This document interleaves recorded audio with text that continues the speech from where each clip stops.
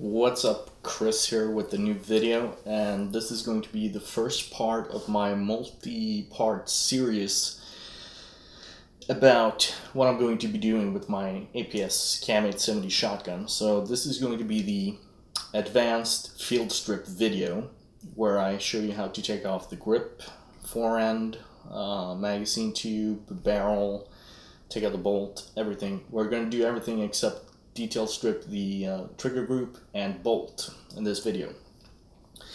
And if you've seen my past video, I had an unboxing video of APS, so I got some new parts that I'm going to be modding and putting back in. I'm going to make some improvements to what's already on here, and then we're going to move on to putting everything back together, make sure things work smoothly and function properly.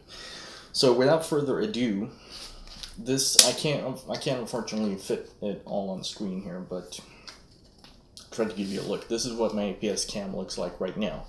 I have a real Hogue Tamer grip, pistol grip at the back. I've attached a rail plate on top of the receiver, and there's a red dot on here. I'm not going to be able to get the angle in there, am I? No. Anyway, I modified the shell catcher to fit around the rail so that I can have both the shell catcher on and the rail piece at the same time. At the front, I forget what the brand is, but this is a real pistol pump grip forend thingy. And that's what the front looks like. So what we're going to do, just to get the size down a little bit, we're going to start by taking off the magazine tube extension, the forend, actually a magazine tube extension, barrel, forend, magazine tube, so that we just have the back end part to work with there. So first thing that I have to do on mine, since this is the full length 870, this is going to vary a little bit depending on which APS model you have, but hopefully you'll figure it out. We have a nut here at the front that's holding the barrel clamp together. So we're going to get a socket tool thingy to undo this and remove this first. So let me just grab the tools that I need to do that, and I'll be right back.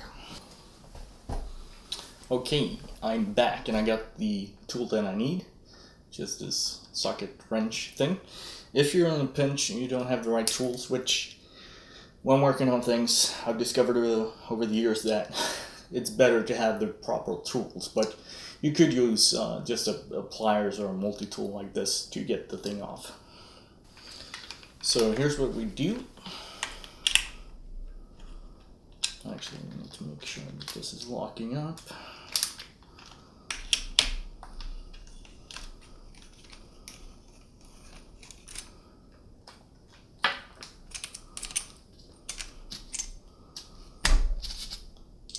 And it comes off like this. So what I like to do is just put the nut back on the screw so we don't lose it. And you should probably also have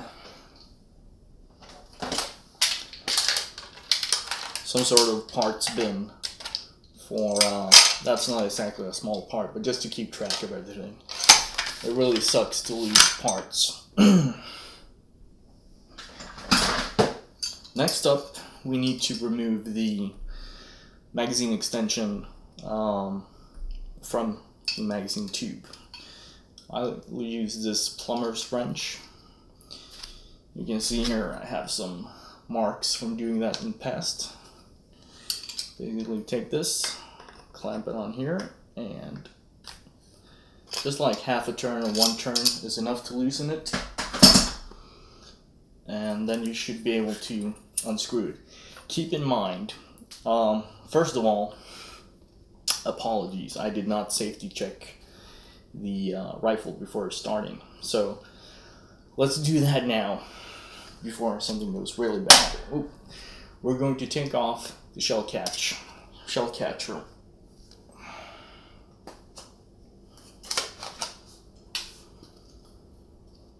Put that to the side. And look at this, my very trashy, ugly way of attaching my bolt stopping plate. The shotgun is on safe.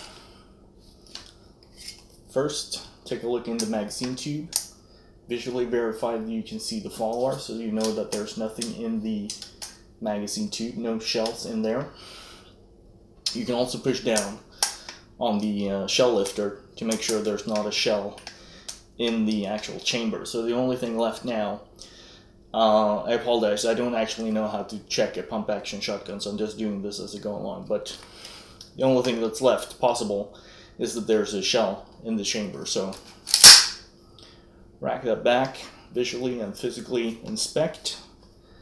Everything appears to be in order. Push the action forward and pull the trigger. So we know we're safe now. As I was saying, to remove the magazine extension, keep in mind you don't want any shells in the tube because that's going to put way much more pressure on the spring in here. You basically rotate this until it comes off, but hold it at the front so it doesn't go flying and your spring doesn't go flying. So I'm going to do that off camera and I'll be right back.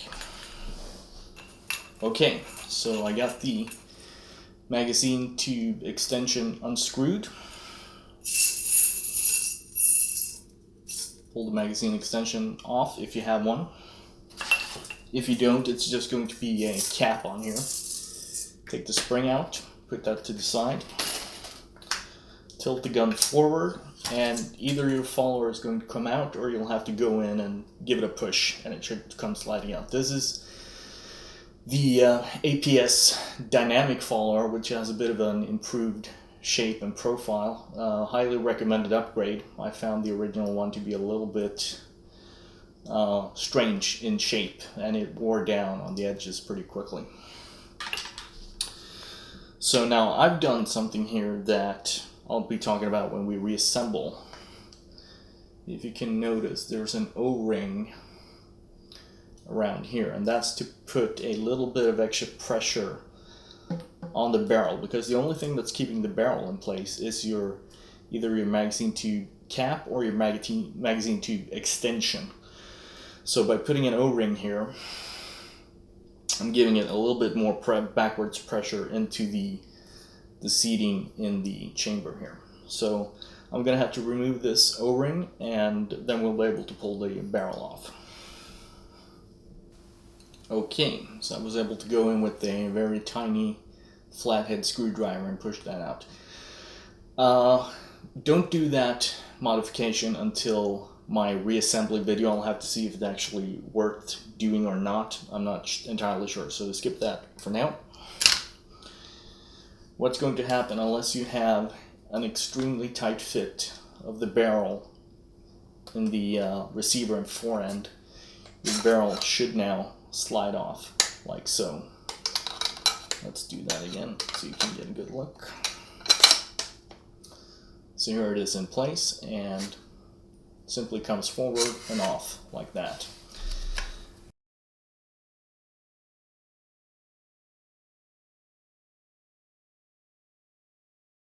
And on the barrel, on the top, you have these two locking lug notches that go in the receiver, and of course you have the pressure of the magazine tube cap or extension pushing it back into the receiver. So we'll put the barrel to the side for now. I'm not going to bother taking the sights off of this. You might have a ball sight setup or sights like this. If you want to take them off, there's some let's see. Yeah, you'll have to figure that out on your own. Sorry. Next up, we need to remove the forend. You might have the wood forend or whatever, but it's going to be attached with the same no matter what. And it's this nut right here. And it has two cuts in it. So you need a tool that fits on it like this, two prongs of some sort, and then twist it. APS sells a tool for this, which I'll have to get because I forgot to bring it out for the video. 1 second. Right, so here is the APS tool that I'm talking about. And you can see it has these two prongs. You can buy this from APS, I think it's like 10 bucks, 5 bucks, 10 bucks, something like that. Or if you buy a real forend, some of the kits come with a tool that works. Slip it on the nut like that and simply unscrew it.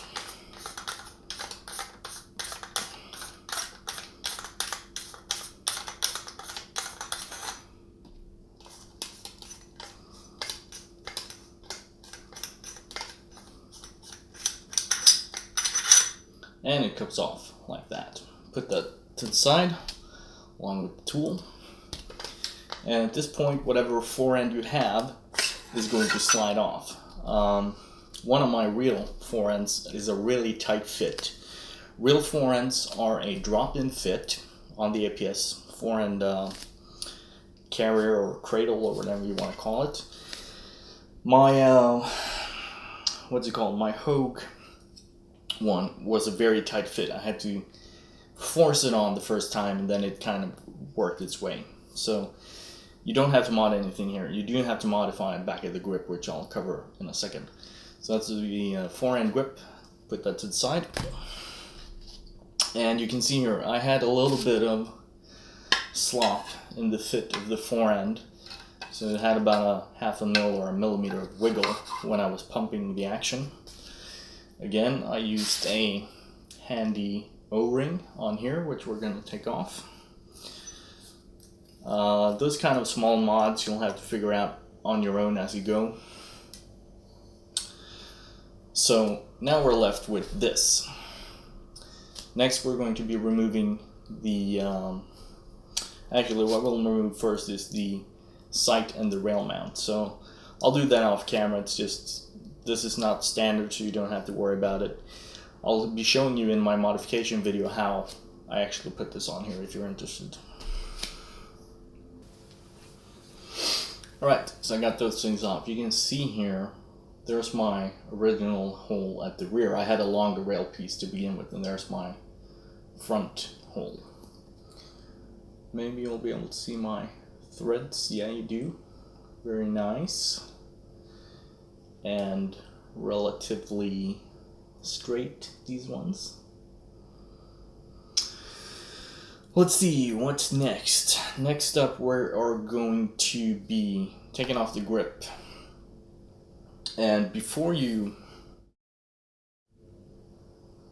remove the grip, you want to actually rack the action so that the hammer is cocked and the bolt is to the rear. And that will make taking out the trigger assembly easier. Keep it on safe though.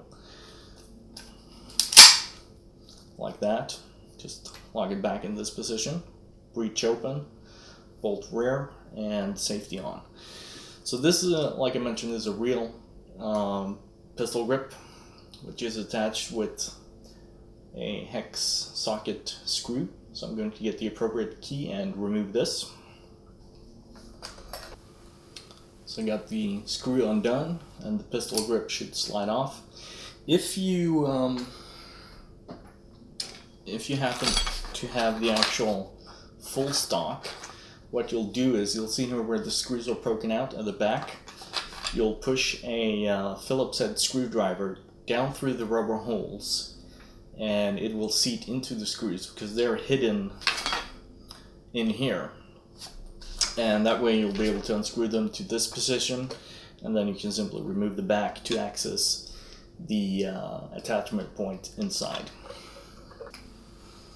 So here's the pistol grip, and there's the attachment hardware. This is this type of screw is called MC6S, and it's I believe it's an M6 diameter, 6 millimeters in diameter.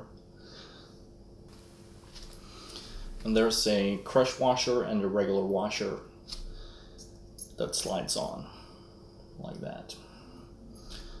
So we'll put this to the side. And now you can see that there's a plate back here, and it's holding the shell latch arms outwards. So there's a bit of a pressure on them. But what we're going to do next is remove the trigger group, and we'll have to punch out these two pins to do it. Make sure you have the trigger on safe, bolt is racked to the rear, and lock back. And let me get my punch. So this is a 4mm punch, and I have a nylon hammer and a rubber hammer. So I'm gonna do this in my lap just to catch the pins, but basically first time to remove these, they are going to be tight. They are unidirectional, or sorry, bidirectional, so they can go out either way, doesn't matter.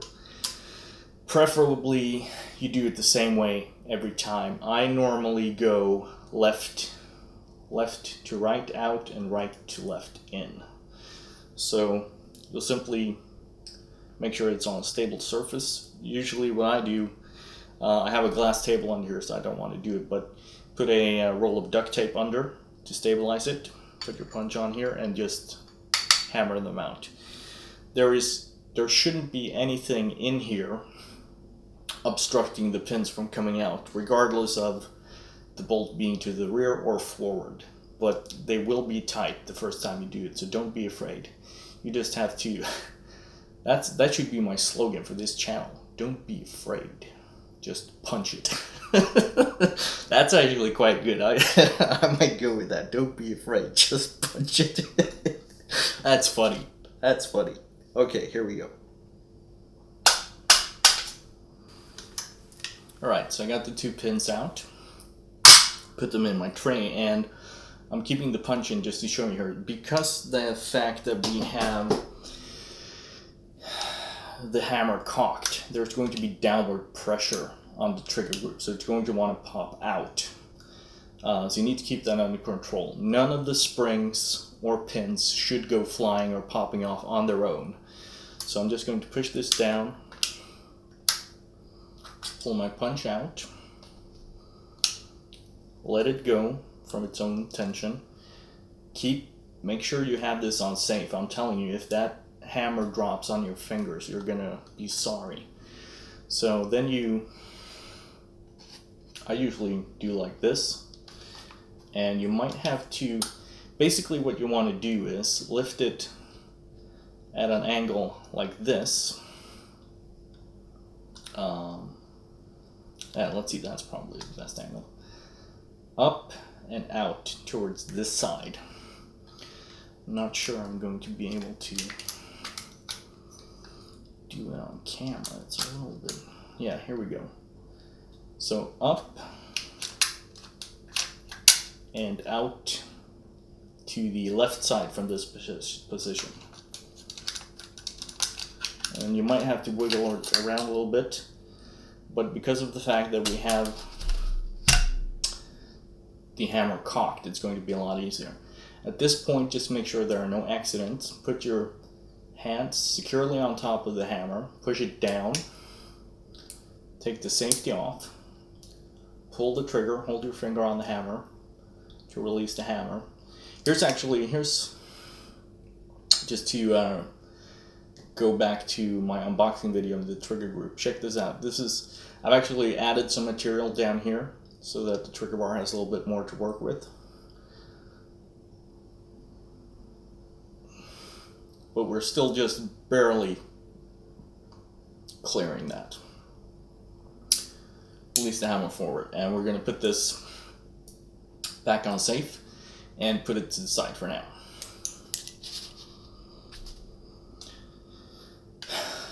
So what you have in here, you have the bolt to the rear, you have the bolt locking plate or stopping plate, if you will, you have the shell latch arm retainer plate, we have the magazine cradle arms in here, and the magazine tube and forend cradle, or whatever you want to call it. So what we're going to do next is remove the bolt locking plate, and yours is going to have two small Phillips head screws coming in from this direction, so you want to undo those. I've modded mine not to elegantly. So I'm going to remove these two and pull that out. So my plate actually just fell out.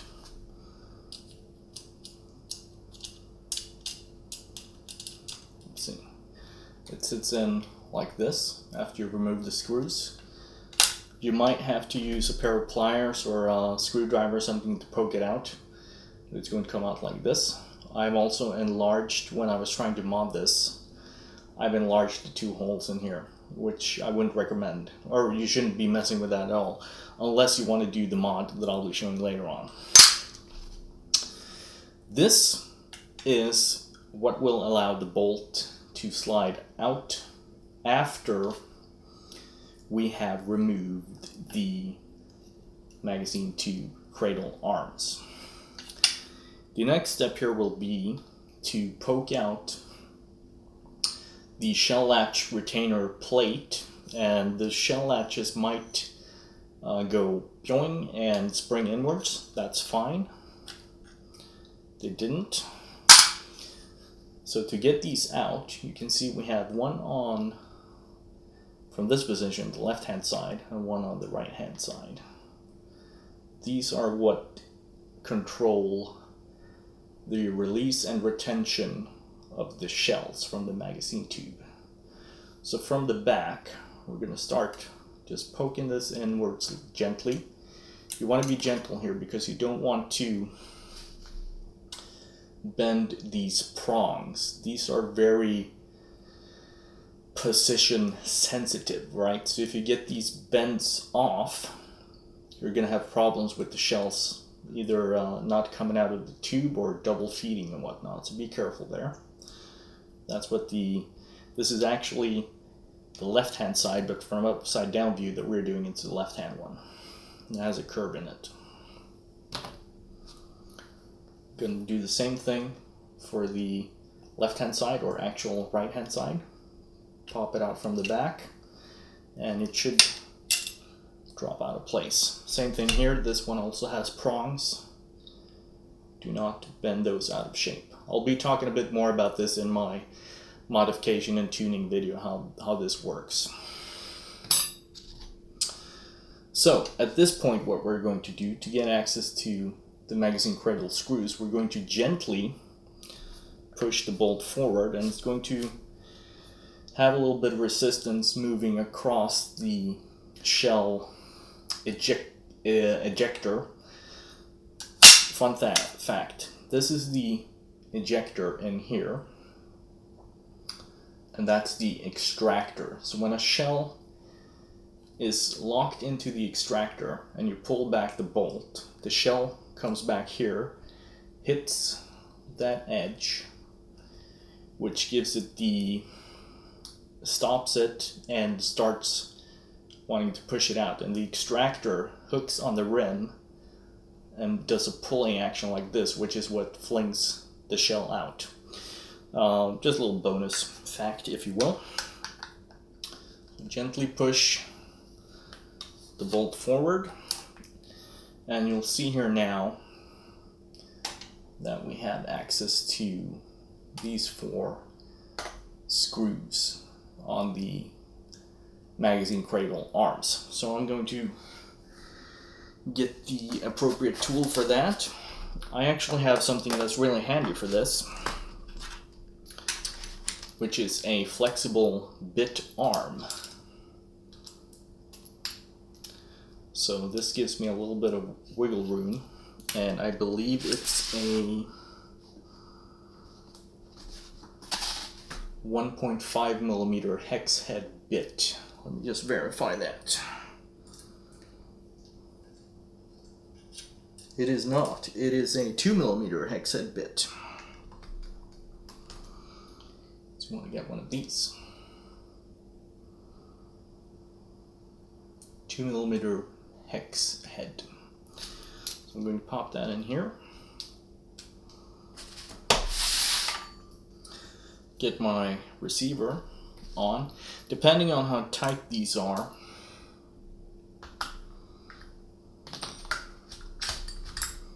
you may have to start them off with a solid Allen wrench. Let's see, this is actually That's a 2.5.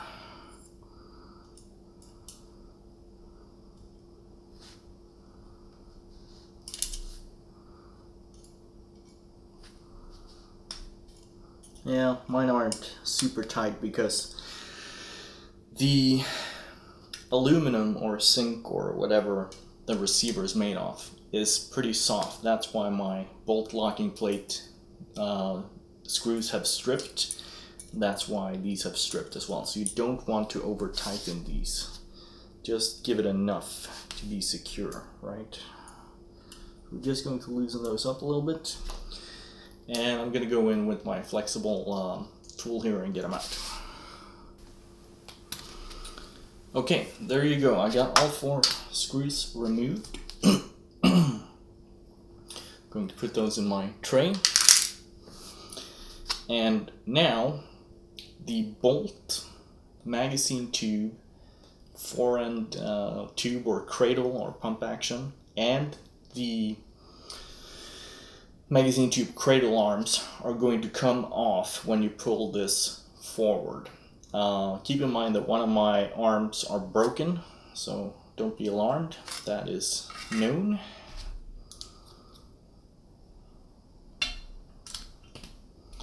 You can see here on my bolt where the piece is missing. It broke off here, and it's supposed to surround that plate right there. So put that to the side. Here's a piece of the broken magazine tube cradle arm. You can see it broke right where the threading for the screw is. Weak point. It was my fault though, but it is a weak point in the design. And what you'll be able to do now is pull these 2 apart. There's your forend cradle and bolt holding arms. Put that to the side. Here's my other half of the broken magazine tube cradle arm. And if we take a look at what's left, this is the back end of the magazine tube. I've polished this up and given it a bevel to make the shells go in a little bit easier. I'm going to finish this off with some finer sandpaper grit. But you'll see this is the bottom side, and there's a notch that corresponds with that post. Yeah, I can't get both on camera at the same time, I don't think, but you can see here, there's the post and there's the cut. And the magazine cradle arms sit like this. Actually, I'll give you the view from the rear. Okay, take this off. Here's a fun fact that I noticed when I replaced my, what's it called? Shell follower, magazine tube follower. I've always wondered why are the shells coming out of the tube, but the follower stays in place. And here's the secret behind that. This silver edge right in here is a piece of spring that's clamped in there. I can poke it out for you so you can see what I'm talking about. There's a hole right here. So if you align one of the edges of the spring down there, you can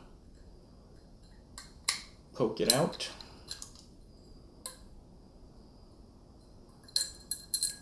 And it comes out like so. So that is what's retaining the follower in the magazine tube. And there's the magazine tube stripped. And this is the receiver stripped. So what we're left with to work with is the trigger pack and the bolt assembly. And I'll be doing separate detailed videos on these. How to take them apart, how to put them together, and then we're going to reverse this advanced field strip build back. So that's actually it for this video. It's going to be quite a long series of videos here. I'm gonna take a break for today, and I'll resume recording tomorrow. It doesn't really matter for you guys because this is going to go into my buffer video archive, and I'm going to be releasing these more regularly. So I'm out of breath. I need a smoke, a drink, and I need to go to bed. So this was the advanced field strip of the APS CAM870 pump action shell ejecting airsoft gun system. And I'll see you guys in the next video.